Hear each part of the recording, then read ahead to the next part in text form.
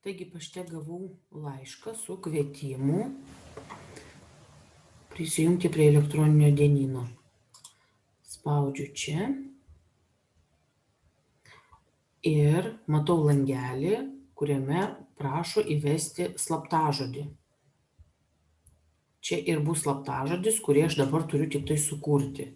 Sugalvoju slaptažodį, geriausia naudoti tokį pat kaip ir nuotoliniai mokymosi aplinkoje.